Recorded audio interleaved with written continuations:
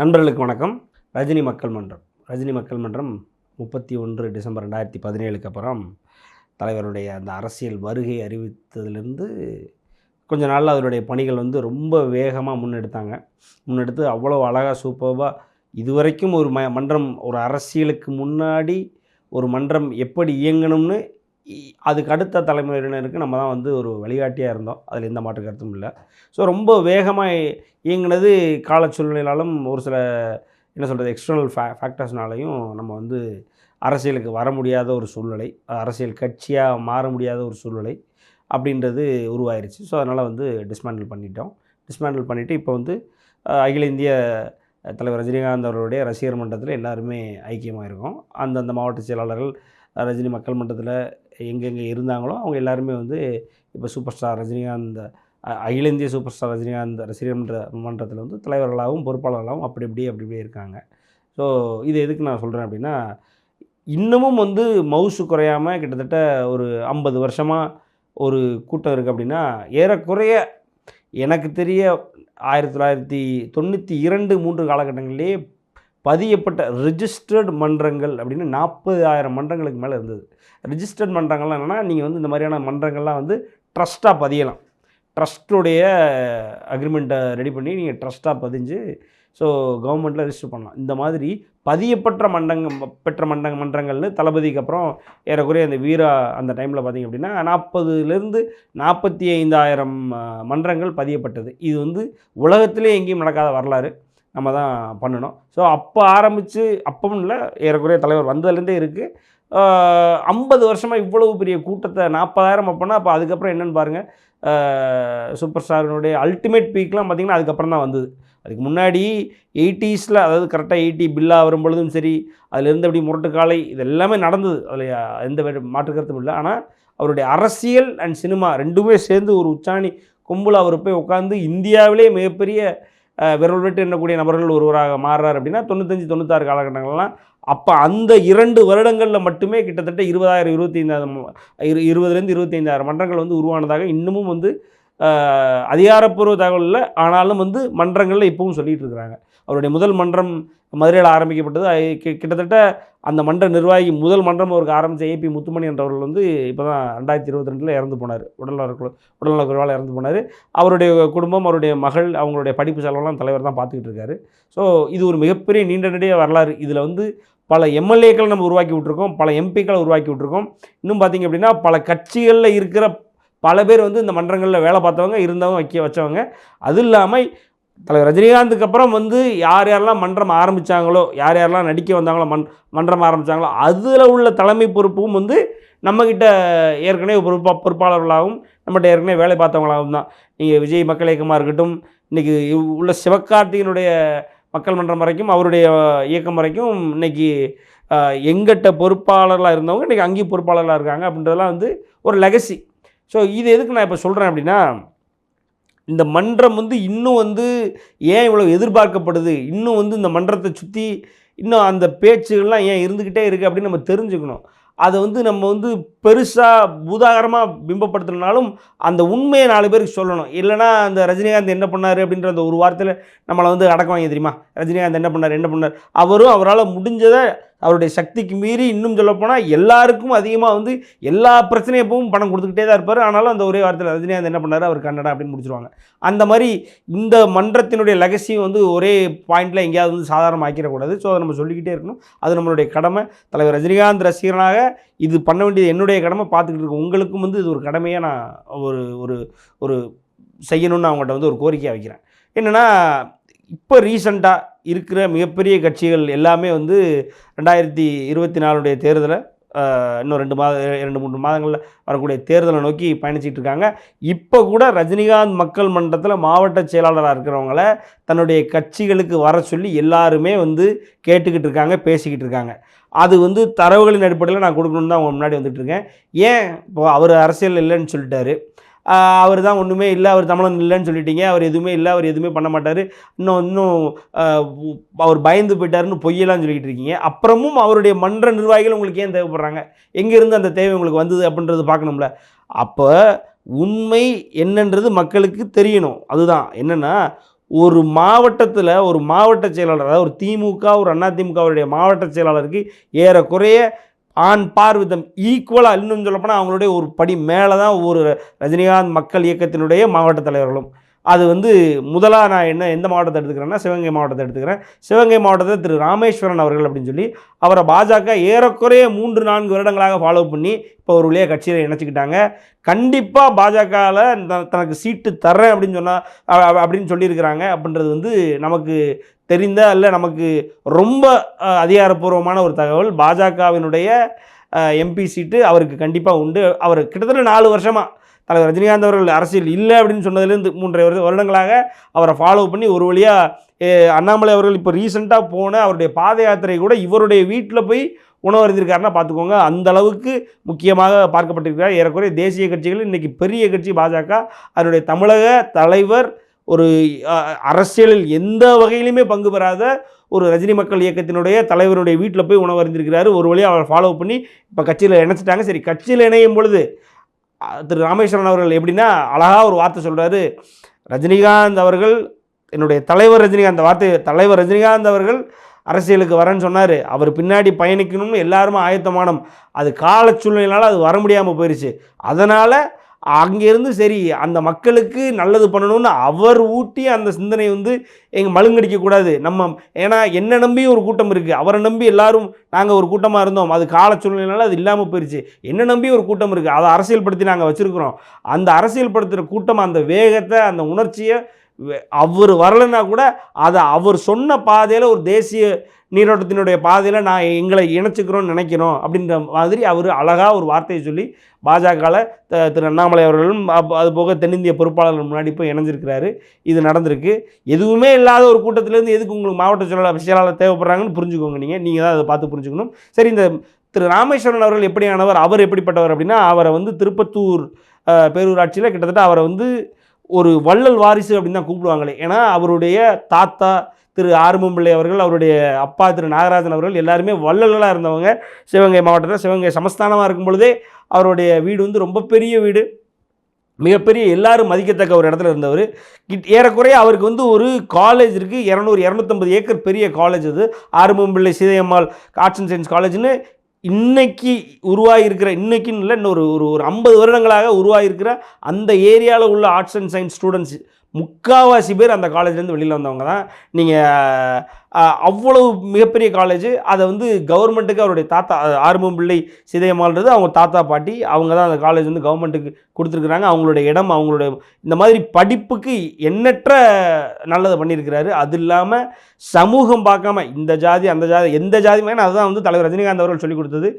திரு ராமேஸ்வரன் அவர்கள் தலைவர் ரஜினிகாந்த் அவர்கள் உணர்வுபூர்வமாக ஏற்றுக்கிட்டதுனால எந்த சமூகமும் பார்க்காம எந்த ஒரு மதமும் பார்க்காம எல்லா வீட்டுக்கும் எல்லா சமூகங்களுக்கும் நல்லது நிறைய பண்ணியிருக்கிறாரு. அவங்களுடைய விழாக்கள், அவங்களுடைய சங்கங்களுடைய விழாக்கள் எல்லாத்துக்குமே வாரி கொடுக்குற வள்ளலாக தான் இருந்திருக்கிறாரு. அது போக யார் போனாலும் சந்திக்கலாம், இப்போ ஃபோன் போட்டாலும் பேசிக்கலாம். அந்த மாதிரி பார்ப்பதற்கும் எளிமையானவர், பழகுவதற்கும் அவ்வளோ எளிமையானவர். அவர் வந்தாருன்னு அவர் இருந்திருந்தார் ஒரு வகையில் ஏதோ கடவுள் புண்ணியத்தில் நம்ம கட்சி ஆரம்பிச்சிருந்தோம் அப்படின்னா அவரெல்லாம் வந்து கண்டிப்பாக வந்து மிகப்பெரிய ஒரு சக்தியாக இருந்திருப்பார். தலைவர் ரஜினிகாந்த் அவருடைய ரைட் ஹேண்டாக இருந்திருப்பார். அதில் எந்த மாற்று கருத்தும் இல்லை. இன்றைக்கி அவர் பாஜகவில் போய் செயல்படணும்னு நினைக்கிறாரு. திரு ரஜினிகாந்த் அவர்களுடைய தலைவர் அவருடைய ரசிகர்களுடைய பரிபூர்ண வாழ்த்துக்கள் அவருக்கு எப்போவுமே உண்டு. ஏன்னா ஒரே ஒரு இதுவரைக்கும் வந்துங்க இவ்வளவு அரசியல் எதிர்பார்ப்பை உருவாக்கி அந்த அரசியல் இல்லைன்னு ஆனது இந்தியாவிலே சொல்லப்போனால் உலகத்திலே வந்து ஒரு மனிதரால் தான் அது சாத்தியமாச்சு. அது வந்து சூப்பர் ஸ்டார் ரஜினிகாந்த் அவர்கள் தான். இந்த ஒரு 10 பேர் எப்படினாலும் கூட்டிட்டாலே இன்றைக்கி எனக்கு கவுன்சிலர் பதவி கிடைக்காதான்னு சுற்றிட்டு இருக்க நேரத்தில் அவ்வளோ பெரிய படை இருந்தும் தனக்கு வேண்டான்னு உதறி தள்ளிட்டு பதவி ஆசை இல்லாமல் போனவர். அவர் அரசியலுக்கு வர்றேன்னு சொல்லும்போது கூட அந்த பதவி ஆசை இல்லாமல் போனவர். அதுக்கப்புறம் வந்து வேண்டான்னு சொல்லி உதறி தள்ளிட்டு போயிட்டார். அப்படியான ஒரு மனிதர் அவர் கூட இவர் பயணிச்சிருக்கார் அப்படின்றதே நமக்கு ஒரு பெருமை தான். அப்பவும் கூட அப்படியான ஒரு கூட்டத்தை வச்சுருந்த தலைவர் சூப்பர் ஸ்டார் அவர்கள் அந்த அரசியல் இல்லை அப்படின்னு சொன்னதுக்கப்புறம் ஒரு அறிக்கை வெளியிடுறாரு. அந்த அறிக்கையில் யார் எந்த கட்சியில் வேணாலும் போய் சேரலாம், ஆனால் எல்லாரும் நம்ம ஆளுங்க அப்படின்ற மாதிரி ஒரு அறிக்கை வரும். அந்த அறிக்கைக்கு அப்புறமும் கூட நான் அவர் கூட இருக்கணும்னு நினச்சிருக்காரு. அதுக்கப்புறமும் ஒரு வார்த்தை அவர் சொல்கிறாரு, தலைவர் அரசியல் இல்லைன்றனால தான் நான் இன்றைக்கி பாஜகவில் போய் சேர்ந்திருக்கேன்னு சொல்கிறாரு. அந்த ஒரு மரியாதை, அந்த வார்த்தை யாருமே பயன்படுத்தலை, அவர் பயன்படுத்தியிருக்காரு. அதுக்காகவே அவருக்கு கண்டிப்பாக அவருக்கு சீட்டு பாஜக கொடுக்கும், அதில் எந்த மாற்று கருத்தும் இல்லை. அவர் தான் டிசர்விங் கேண்டிடேட். அவர் ஜெயிக்கிறதுக்கு அவருக்கு பரிபூர்ண வாழ்த்துக்கள். அதில் வந்து எந்த மாற்று கருத்தும் கிடையாது. கண்டிப்பாக ஜெயிப்பார். அவர் ஜெயிக்கிறதுக்கான எல்லா அனுகூலங்களும் பெற்றவராக தான் தெரிகிறாரு. அவர் கண்டிப்பாக ஜெயிப்பார்.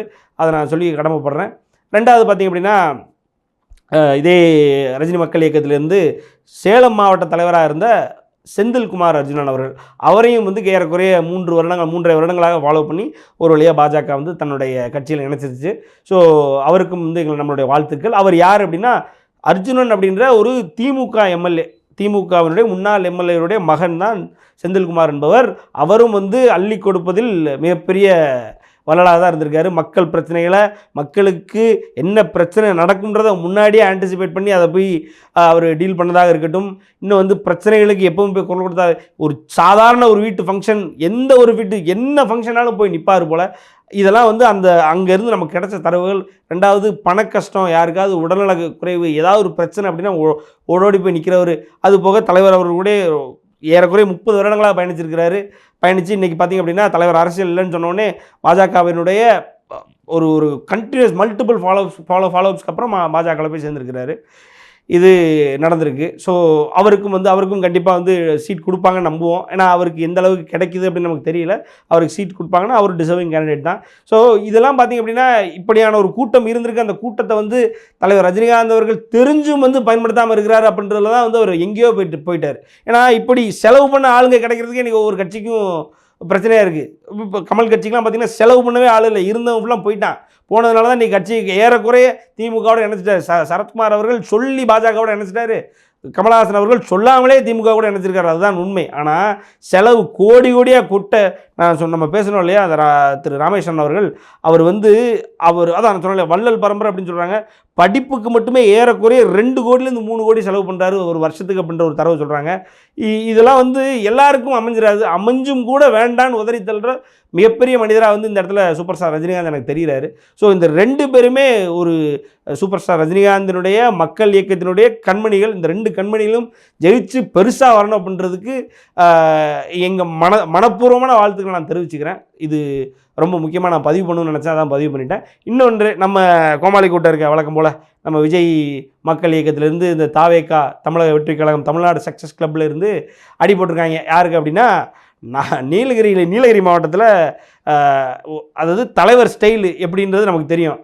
நம்ம மாவட்ட தலைவர்களே ஒரு மாதிரி ஸ்டைலாக இருக்கிறவர் யாருன்னா, நம்ம ஆள் சுரேஷ் காலடின்னு சொல்லி மிகப்பெரிய ஒரு மனிதர், எல்லோரும் மதிக்கத்தக்க ஒரு நபர். பஹ்ரைனில் போயிட்டு பல ஹோட்டல்ஸ் வச்சு நடத்திருக்கிறாரு. அதில் பார்ட்னர்ஸாகவும் இருந்திருக்கிறாரு, எம்டிஸாகவும் இருந்திருக்கிறாரு. உழைச்சி சின்ன வயசுலேருந்து உழைச்சி மேலே வந்திருக்கிறாப்புல. நீலகிரி மாவட்டத்தில் ஏறக்குறைய கூடலூரில் அவருடைய ரிசார்ட்லாம் பெரிய அளவில் இருக்குது. அவர் மார்பிள் அண்ட் கிரானைட் தொழில் பண்ணிகிட்டு இருக்காரு. அந்த ஏரியாவில் அவருக்கு இருக்கிற செல்வாக்கு ஏறக்குறைய அங்கே உள்ள அமைச்சர்களுக்கே இல்லை அப்படின்றது வந்து ஒரு அதிகாரப்பூர்வமான கருத்தாக நான் சொல்கிறேன். ஸோ அது நீங்கள் வேணும்னா நீங்கள் அந்த தரவுகளை எடுத்து பார்க்கலாம். இன்னும் சுரேஷ் காலடி நீங்கள் போட்டிங்க அப்படின்னா அவருடைய மகிமை, அவருடைய ரீச் என்னன்றது உங்களுக்கு தெரிஞ்சிருக்கும். ஒரு ஃபோன் போட்டால் எடுத்து பேசுகிற அளவுக்கு அவருக்கும் தலைவருக்குமான நெருக்கம் இருக்கும். சூப்பர் ஸ்டார் ரஜினிகாந்த் அவர்களுக்கும் அவருக்குமான நெருக்கம். அந்த அவ்வளவு பெரிய மனிதரை இந்த குரங்கு கூட்டம் என்ன பண்ணியிருக்கு, நீங்கள் எங்கள் இயக்கத்தில் சேர்ந்துக்கோங்க. யார்? விஜய் மக்கள் இயக்கத்தில் ரஜினிகாந்த் மக்கள் மன்றத்தில் இருந்த மாவட்ட செயலாளர் போய் சேரணுமா? இதெல்லாம் இவங்களுக்கு ஓவரா இல்லையா? இவங்களே ஆன்லைன் ஆப்பை வச்சுட்டு 50, 30, 60ன்னு வழக்கம் போல் வடையை சுட்டுட்டு இருக்காங்க. 50 லட்சம் 60 லட்சம். இவங்களுக்கு இவ்வளவு பெரிய மனிதர் போய் சேரணுமா அப்படின்ற ஒரு கேள்வி வருது. சரி, யாரும் இப்போ இன்றைக்கி எங்களுக்கு அரசியல் இல்லைன்னு ஆகிப்போச்சு, எல்லாரும் எந்த அரசியல் கட்சிகளாலும் போகலான்னு முடிவாயிருச்சு. இதுவும் ஒரு தரவு, ஒரு அதிகாரப்பூர்வமான தரவு. விஜய் மக்கள் இயக்கம் வந்து சுரேஷ் காலடி அவர்களை வந்து போய் அப்ரோச் பண்ணியிருக்கிறாங்க. அவர் வந்து இல்லை எனக்கு விருப்பம் இல்லைன்னு சொல்லியிருக்கிறாரு. மேபி அவர் என்ன நினச்சாரோ என்ன ஏதோ தெரியல. நம்ம நினைக்கிறதா அவர் நினச்சாரா அப்படின்றது ஒன்றும் புரியல. என்ன நினச்சாரோ அது நடக்காத ஒரு வகையில் சந்தோஷம்தான் அப்படின்னு நான் சொல்ல விரும்பலை. ஆனால் அது அவங்களுக்கு ரொம்ப ஓவர். அவங்களுடைய தரத்துக்கு பார்த்திங்க அப்படின்னா, இந்த லெஃப்ட்டு ரைட்டு அப்படின்னு இந்த பூனைமணி போண்டா இதுன்னு சாராப்பாம்பு அந்த மாதிரி தான் ஆளுங்க இருக்கிறானுங்க. கூட இருக்கிறவங்க பூரா தென்சென்னை மாவட்டத்தில் இவன் பேரை கேட்டிங்கனாலே பேரே காமெடியாக இருக்குது. ஸோ அப்படிங்கும்போது இது போன்ற ஆட்கள், அதாவது சொசைட்டியில் உண்மையாலே உழைச்சி மேலே வந்து மக்கள்கிட்ட நல்ல பேர், எதுக்கு அப்படின்னா அரசியலுக்கு வரேன்னு மக்கள்கிட்ட சும்மா எதையாவது இருக்கிறத அள்ளி கொடுத்து அரசியலுக்கு வரேன் பதவி கிடைக்கணும்னு அலைஞ்சவங்க கிடையாது. இவங்களாம் உண்மையிலே, அதாவது வாழ்நாளில் அப்பா மூலயமா அந்த குடும்பத்தினுடைய லெகசியில் வந்தவங்க, அப்படி இல்லைன்னா உழைச்சி மேலே வந்தவங்க. ஸோ அதனால் வந்து இவங்க வந்து விஜய் மக்கள் இயக்கத்துக்கு வந்து ரொம்ப ஜாஸ்தி. தமிழ்நாடு சக்ஸஸ் கிளப்புக்கு இவங்க ரொம்ப ஜாஸ்தி. இருந்தாலும் அரசியலில் என்ன வேணாலும் நடக்கலாம், நம்ம எதிர்பார்ப்போம். ஆனால் இது வந்து தகவல். இது இல்லாமல் இதே கூட்டம் என்னென்னா ஏறக்குறைய 7 மாவட்ட தலைவர்கள் அப்ரோச் பண்ணியிருக்கு. விருதுநகர் மாவட்டம், திருநெல்வேலி மாவட்டம் அப்படின்னு அவங்க அப்ரோச் பண்ணாத, கை வைக்காத, வாய் வைக்காத இடமே இல்லைன்ற மாதிரி அப்ரோச் பண்ணியிருக்கு. இதெல்லாம் வந்து 7 மாவட்டங்களில் அதில் முக்கியமான மாவட்டம் வந்து விருதுநகர் மாவட்டம். அதுக்கப்புறம் பார்த்திங்க அப்படின்னா திருநெல்வேலி மாவட்டம். இன்னொன்று பார்த்திங்க அப்படின்னா இது கொஞ்சம் சுவாரஸ்யமாக இருந்தது தகவல். அதாவது இப்போ பாஜகவில் 2 மாவட்ட செயலாளர் போய் இணைஞ்சிட்டாங்க. ஆனால் திமுக இதை வேலையாகவே ஏறக்குறைய 2017 பண்ணிட்டு இருந்தாங்க. 2017 31 டிசம்பரில் தலைவர் அறிவிக்கும் பொழுது அப்போவே இருந்தே மாவட்ட செயலாளர்கள். நான் இது அவங்களுக்குன்னு ஒரு லெகசி இருக்குது. அதாவது இப்படி மாவட்ட செயலாளர்களை தூக்கி போட்டுறது, எம்எல்ஏ தூக்கி போடுறது, மந்திரியை தூக்கி போடுறதுன்னு ஏறக்குறைய அவங்க கட்சி ஆரம்பித்த காலத்துலேருந்து நிறைய பண்ணியிருக்காங்க. நூற்றுக்கணக்கான சம்பவங்கள் இது மாதிரி நடந்திருக்கு. அதில் பார்த்திங்க அப்படின்னா அவர் 2017 தலைவர் அவர்கள் அறிவிக்கும் பொழுதுலேருந்தே திமுக அந்த வேலையை பார்க்க ஆரம்பிச்சு. ஏன்னா நம்மளாலே அவ்வளோ ஈஸியாக ஒரு இடத்துல இன்னொரு இடத்துல நவுந்துட முடியுமா? அதான் தலைவர் படைப்பாளர் அழகாக சொல்லுவார், முடியை கொண்டு போனால் தலையை கொண்டு வருவாங்க. அந்த மாதிரி அவர் கூட இருக்கும்போது அவரை விட்டு எங்கேயாவது உன்னை விட்டு போனா தலைவர், அந்த மூடில் தான் அவங்க இருப்பாங்க. அப்படின்றதுனால எவனுமே போகலை, எந்த மாவட்ட செயலாளர்களும் போகலை. ஆனால் அவருடைய அரசியல் இல்லைன்னு அறிவித்ததுக்கப்புறம் அரசியல் இல்லைன்னு அறிவிச்சார். இனிமேல் யார் எங்கே போனாங்கன்னு அவரே சொல்லிட்டார். அப்படின்னு உடனே தூத்துக்குடி மாவட்டத்திலேருந்து தூத்துக்குடி மாவட்ட செயலாளர் போயிட்டாப்புல, கிருஷ்ணகிரி மாவட்டத்திலேருந்து கிருஷ்ணகிரி மாவட்ட செயலாளர் போயிட்டாப்புல. கேவி ஸ்ரீனிவாசன் அவரும் மிகப்பெரிய மதிக்கத்தக்க குடும்பத்திலேருந்து ஏறக்குறைய மந்த்லி டர்ன் ஓவரே அவருக்கு கிட்டத்தட்ட 200-250 கோடி ஆகுது. அவ்வளோ பெரிய பிஸ்னஸ் பண்ணிகிட்டு இருக்காரு. அவர் வந்து உடனே திமுகவில் போய் ஜாயின் பண்ணார். அதுபோல் ஸ்டாலின் அவர்கள் தூத்துக்குடி மாவட்டம், அவர் பேரில் தான் தலைவர் கட்சின்னு ஆரம்பிக்கிறதா இருந்தால் அவர் பேரில் தான் ரிஜிஸ்ட்ரேஷன்ற அளவுக்கு இருந்தது. ஸோ ஆட்டோ சின்னம் உங்களுக்கு தெரிஞ்சிருந்ததுன்னா அந்த டைமில் வந்து காசிப்ஸு அப்படி இல்லைன்னா ஒரு ஆர்கனைஸ்டு காசிப்பாக வந்தது ஆட்டோ சின்னம். அவருக்கு ரஜினிகாந்த் மக்கள் கட்சி அப்படி இப்படின்னு அந்த கட்சின்னு பதிகிறத ரிஜிஸ்டர் பண்ணவர் அந்த ஸ்டாலினாக தான் இருக்கும் அப்படின்றது கடைசியாக ஃபைனலைஸ் ஆணுச்சு. அது பிறகு அரசியல் இல்லைன்னொடனே அவர் திமுகவில் போய் இணைஞ்சார். இப்போ அவருக்கு அங்கே பார்த்திங்க அப்படின்னா திமுகவில் திரு ஸ்டாலின் அவர்களுக்கு என்ன பதவி கொடுத்துருக்காங்க அப்படின்னா, அவர் வந்து கிறிஸ்டியன் அப்படின்றதுனால சிறுபான்மையின நலத்துக்கு மாநில செயலாளர் பொறுப்பு அவர் கொடுத்துருந்தாங்க. இப்போ அது வந்து ஒரு ஸ்டாக்னண்டான பொறுப்பு தான். இப்போ அவருக்கு எம்பி பதவியோ அப்படி இல்லைன்னா அவர் எதிர்பார்க்குற பதவியோ கொடுக்கல அப்படின்னா அவர் வந்து அதை விரும்ப மாட்டார், அதை அவர் விரும்பலை அப்படின்றத தெரிஞ்சுக்கிட்ட இந்த விஜய் மக்கள் இயக்கம் என்ன பண்ணியிருக்குன்னா, நீங்கள் உங்களுக்கு தெரிஞ்சிருந்ததுன்னா பில்லா ஜெகன் அப்படின்னு சொல்லி தூத்துக்குடி மாவட்ட விஜய் மக்கள் இயக்க தலைவராக இருந்தவர், அவர் திமுகலையும் பயணிச்சிருக்கிறாரு. அவரை வந்து இப்போ தான் ரீசெண்டாக நீக்கி அவருடைய அண்ணனை விஜய் மக்கள் இயக்கத்தில் தலைவராக போட்டிருக்காங்க. தமிழக வெற்றி கழகத்தினுடைய மாவட்ட செயலாளராக போட்டிருக்காங்க. அவருடைய பில்லாஜகனுடைய அண்ணனை போட்டிருக்காங்க. அப்படிங்கும் பொழுது அந்த ஃபோர்ஸ் பத்தலை, பில்லாஜகன் இருந்த ஃபோர்ஸ் பத்தலை அப்படின்றதுனால இன்னும் கொஞ்சம் ஃபோர்ஸ் வேணும்னு திரு ஸ்டாலின் அவர்கள் திமுகவில் இருக்கார். ஆனால் ரஜினி மக்கள் மன்றத்தில் இருந்தவர் தான், அவருக்கான வெயிட் என்னன்னு தெரியும். ஏறக்குறைய தலைவர்களுடைய மிகப்பெரிய மாவட்ட செயலாளர்களில் விரல் விட்டு எண்ணக்கூடியவர்கள் ஸ்டாலின் அவர்கள் ஒருத்தர் வந்தார். அவரை தூக்கி போட்டுக்கிட்டால் நல்லா இருக்கும்னு அவர் டீம் போய் இவங்க கதவை தட்டியிருக்காங்க. அவரும் முடியாதுன்னு சொல்லி அனுப்பிட்டார் போல இருக்குது. இது நடந்த ஒரு சுவாரஸ்யமான சம்பவம். ஸோ இவங்க ஒரு மாதிரி சுற்றிட்டு தான் வராங்க விஜய் மக்கள் இயக்கம்னு. வெளியில் என்னென்னா நாங்கள் ரஜினிகாந்தை முந்திட்டோம், நாங்கள் ரஜினிகாந்தை டவுன் பண்ணிட்டோம், இன்றைக்கி நாங்கள் தான் எங்கள் தளபதி தான் இந்த தைரியமாக வந்துட்டார். அப்புறம் எதுக்கு எங்கள் வீட்டு வாசலில் வந்து கதை தட்டிட்டு இருக்கீங்க? உங்களால் முடிஞ்சால் உங்கள் சுயரூபத்தை காட்டி உங்களுடைய சுய செல்வாக்கில் மக்களை நீங்கள் போய் சென்றடைய வேண்டியதானே. எதுக்கு எங்கிட்ட வந்து நீங்கள் இப்போ பிச்சை எடுத்துக்கிட்டு இருக்கீங்க? அதுதான் தேவையில்லாத வேலை. சரி நீங்கள் எடுங்க, ஒன்றும் பிரச்சனை இல்லை. ஆனாலும் இந்த மாதிரி பம்மாத்து பண்ணிவிட்டு வெளியில் திமுறை அழைச்சிக்கிட்டு உள்ளே வந்து இந்த வேலையை பார்க்கக்கூடாது. வெளியில் சொல்லி ஆமாம் நாங்கள் போனோம், இங்கே அப்ரோச் பண்ணோம், அங்கே அப்ரோச் பண்ணோம், அஜித் ரசிகர்களை நாங்கள் பார்த்தோம், அவங்கள்ட்ட ஓட்டு கேட்போம், அவங்களுடைய ஆதரவு பூரா எங்களுக்கு தான் வருது அப்படி இப்படின்னு ஆகாவோன்னு இல்லாத உருட்டிக்கிட்டு இருக்கீங்களே. அதே மாதிரி இதையும் சொல்ல வேண்டியதானே. ரஜினிகாந்த் மக்கள் மன்றத்தினுடைய மாவட்ட செயலாளர் நாங்கள் போய் அப்ரோச் பண்ணோம், அவங்களும் எங்களுக்கு ஆதரவு தெரிவிக்கிறோம், நாங்கள் ஒரு சில பேர் வந்து சேர்றதா இருக்கிறாங்கன்னு சொல்ல வேண்டியதானே. அதை வந்து தைரியமாக உங்களால் வெளியில் சொல்ல முடியாமல் இப்படி உள்ளடி வேலையை பார்த்துக்கிட்டு இருக்கீங்க. இதனால தான் ஒரு நேர்மையற்ற ஒரு குணம் உங்கள்கிட்ட இருக்கிறதுனால தான், உங்களுடைய தலைமையிட்டே இருக்கிறதுனால தான் உங்களை வந்து அதாவது ஒரு கிரெடிபிலிட்டி இல்லாதவங்களாக நாங்கள் பார்க்குறோம். அதனால தான் உங்களை நம்பி ஒத்த ஓட்டு கூட விடாது. ரஜினிகாந்த் மக்கள் மன்றத்தினுடைய நிர்வாகிகள் குறைந்தபட்சம் அவங்ககிட்ட இருந்தால் ஒத்த ஓட்டு விடாது. அதை நாங்கள் கேரண்டி பண்ணுறோம் உங்களுக்கு. அதில் எந்த மாற்று கருத்தும் இருக்காது. யாருமே அதை எல்லாருமே அதை அவமதிப்பாங்கன்னு நான் நினைக்கிறேன். பார்ப்போம். இன்னொரு முக்கியமான விஷயம், இதோட நான் முடிச்சுக்கலாம்னு நினைக்கிறேன். உங்களுக்கு தெரிஞ்சிருந்தா தலைவருடைய மாவட்ட செயலாளர்கள் விரல் விட்டு எண்ணக்கூடியவர்கள் நான் சொல்லியிருந்தேன். அதில் முதன்மையானவர், இன்னும் சொல்லப்போனால் தலைவருடைய ரைட் ஹேண்ட் அப்படின்னு சொல்லக்கூடியவர் யார் பார்த்திங்க அப்படின்னா திரு ஷோலிங்கர் அண்ணன் ரவி அவர்கள். அவர் பார்த்திங்க அப்படின்னா தலைவர் மட்டுமே எனது வாழ்க்கைன்னு வாழ்கிறவருங்க. அவர் தான் வந்து ஏறக்குறைய மன்றங்களுடைய முன்னோடிகள் அப்படின்னு சொல்லி ஒன் ஆஃப் த என்ன சொல்கிறது ஃபர்ஸ்ட் ஆஃப் இட்ஸ் கைண்ட் அப்படின்ற மாதிரி தலைவர் ரஜினிகாந்த் அவர்களுக்கு பல விஷயங்களை சொல்லி கொடுத்தவர்னே சொல்லலாம். இன்னும் அந்த வார்த்தையை சொல்ல மாட்டோம் நம்ம. ஏன்னா தலைவர் வந்து அவருக்கு தெரியாத விஷயமே இல்லை, ஆனால் அவர் தெரியாத மாதிரியே இருப்பார். எனக்கு யார் யாரெல்லாம் என்னென்ன சொல்லி கொடுத்தாங்களோ அதை வந்து வெளியில் வந்து கூச்சப்படாமல் எல்லோரும் முன்னாடி அவர் பேசுகிறவர். அதுக்காக அவர் என்றைக்குமே வந்து கூனி குறுனதில்லை. அப்படியான ஒரு மனிதராக தலைவர் இருக்கிறார். ஆனால் அந்த தலைவருக்கு உண்மையிலே பல விஷயங்களை தன்னுடைய மன்றங்களை ஆர்கனைஸ் பண்ணி கொடுத்தவர், தன்னுடைய அதாவது எப்படியான ரசிகர்கள் தனக்கு வேணும்ன்றத தலைவர் சொல்கிறத ரசிகர்களுக்கு கொண்டு வந்து சொன்னதாக இருக்கட்டும், இப்படி பல விஷயங்கள் வந்து ரசிகர்களுக்கும் தலைவருக்குமான பாலமாக என்றைக்குமே அண்ணன் ரவி அவர்கள், சோழிங்கர் ரவி அவர்கள் இருந்திருக்கிறாரு. அவரும் அப்படி தான் மக்களுக்காக அவர் செஞ்சது கொஞ்சம் நஞ்சம் இல்லை. தலைவர் ரஜினிகாந்த் அவர்கள் பேரை சொல்லி மக்களுக்கு அவர் ஆற்றிய தொண்டுகளுக்கு அவர் குடும்பம் இன்னும் 100 வருஷத்துக்கு நல்லா இருக்கும். அப்படியான தொண்டுகளை அவர் செஞ்சுருக்கிறாரு.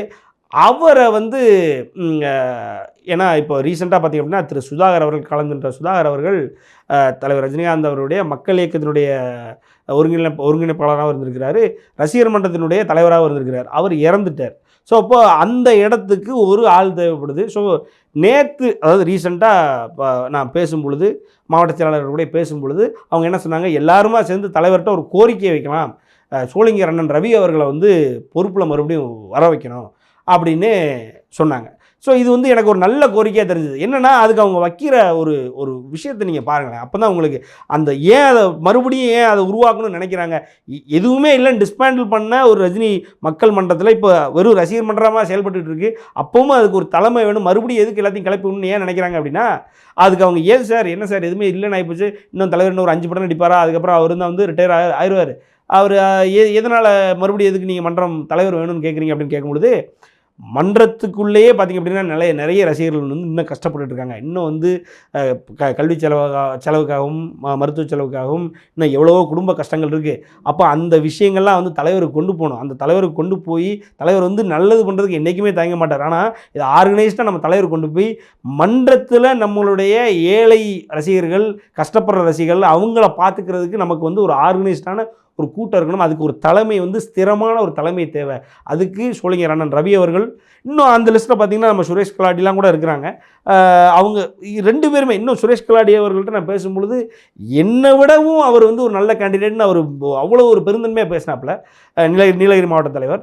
அப்போது இந்த 2 பேரில் யார் வந்தாலுமே எனக்கு இப்போ என்னையை கேட்டிங்க அப்படின்னா, பர்சனலாக கேட்டிங்க அப்படின்னா, எந்த மாவட்ட தலைவருமே வந்து தலைவருக்கு வந்து இவர் பெருசாக அவர் பெருசாருன்னா தலைவருக்கு எல்லாருமே ஒன்று தான், 10 விரல் மாதிரி தான். ஒரு விரலை நான் வெட்டிக்கிறேன் அப்படின்னா வெட்ட விட்டுருவோமா என்ன? அப்படி விட மாட்டோம். அதாவது வேறு வழி இல்லைன்னா வெட்டி எறிவோம், வெட்ட விட மாட்டோம் அப்படின்னு எல்லாம் ஒன்று தான். அதில் வந்து இன்னும் கடைசியில் பார்த்திங்க அப்படின்னா தலைவரை வந்து மிகப்பெரிய ஒரு கூட்டணும்னு முடிவு பண்ணார். அந்த கூட்டத்தை வந்து தலைவரே பர்சனலாக கால் பண்ணி, வேண்டாம் இனிமேல் ரஜினி ரசிகர்கள் வந்து மிகப்பெரிய கூட்டங்கள், மிகப்பெரிய போராட்டங்கள்லாம் எதுவும் நடத்த வேண்டாம், நம்ம படம் வந்து தான் பார்த்தோமா போதும் அப்படின்ற மாதிரி திமுகவினுடைய அழுத்தம்னு ஒரு சைடில் சொன்னாங்க. இருந்தாலும் தலைவர் பர்சனலாக ஃபோன் பண்ணி ரவியன்ட்ட அது வேண்டாம் அப்படின்னு சொல்லிட்டாங்க.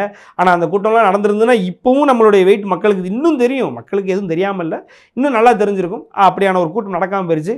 ஸோ அந்த கூட்டத்தை எல்லாம் முடிஞ்சதுக்கப்புறமும் மக்களுக்காக உழைப்போம் அப்படின்னு ஏறக்குறைய ஒரு கூட்டத்தை ஆர்கனைஸ் பண்ணி, அந்த கூட்டத்தில் மக்கள் வந்து ஏறக்குறைய 500க்கும் மேற்பட்டவர்களுக்கு நலத்திட்ட உதவிகள் வழங்கணும் அப்படின்னு சொல்லி அது ஒரு கூட்டத்தை ஆர்கனைஸ் பண்ண ட்ரை பண்ணோம். அது வேண்டாம், அது ரவியன் ட்ரை பண்ணாங்க, அது வேண்டாம் அப்படின்னு ஆனதுக்கப்புறம் அவர் தனியாக அப்பவும் கூட நலத்திட்டங்கள் மக்களுக்கு கொடுக்குறோம், நம்ம ப்ராமிஸ் பண்ணது ஏதோ ஒரு வகையில் கொடுத்துருவோம் அப்படின்னு ஒரு சின்ன மீட்டிங் வேலூர் மாவட்டத்தில், ஒன்றிணைந்த வேலூர் மாவட்டத்திலே வச்சு முடிச்சுட்டாப்புல. ஸோ இதெல்லாம் நடந்தது. அவரை வந்து ஆக்கணும் அப்படின்ற மாதிரி ஒரு ப்ரப்போசல் தலைவர் அவர்கள் 15ஆம் தேதி, அது 2 நாள் ஹைதராபாத்தில் ஷூட்டிங் முடிச்சுட்டு வரதுக்கப்புறம் அந்த ப்ரப்போசலை வைக்க போகிறாங்க. அந்த ப்ரப்போசல் தலைவருக்கு பிடிச்சிருந்துன்னா, தலைவர் அதை ஆமோதிச்சார்னா ரொம்ப ரொம்ப சந்தோஷமாக இருக்கும். ஒரு ஸ்திரமான தலைமை நமக்கு இருந்ததுன்னா இன்னும் 50 வருஷத்துக்கு நம்மளை எவனாலும் அசைக்க முடியாது. நமக்கான ஒரு பாதுகாப்புக்கும் அது வந்து என்றைக்குமே தேவை தான். இன்னும் நம்ம பாதுகாப்புக்கெலாம் நமக்கு ஒன்றும் குறையில்லை. இருந்தாலும் வந்து ஒரு தலைமை அப்படின்றது என்றைக்குமே வந்து அது ஒரு மிகப்பெரிய விஷயம்தான். ஸோ அது நடக்குதா அப்படின்ற மாதிரி நம்ம அதை எதிர்பார்ப்போம், அது நடக்கும்னு நம்புவோம். நன்றி.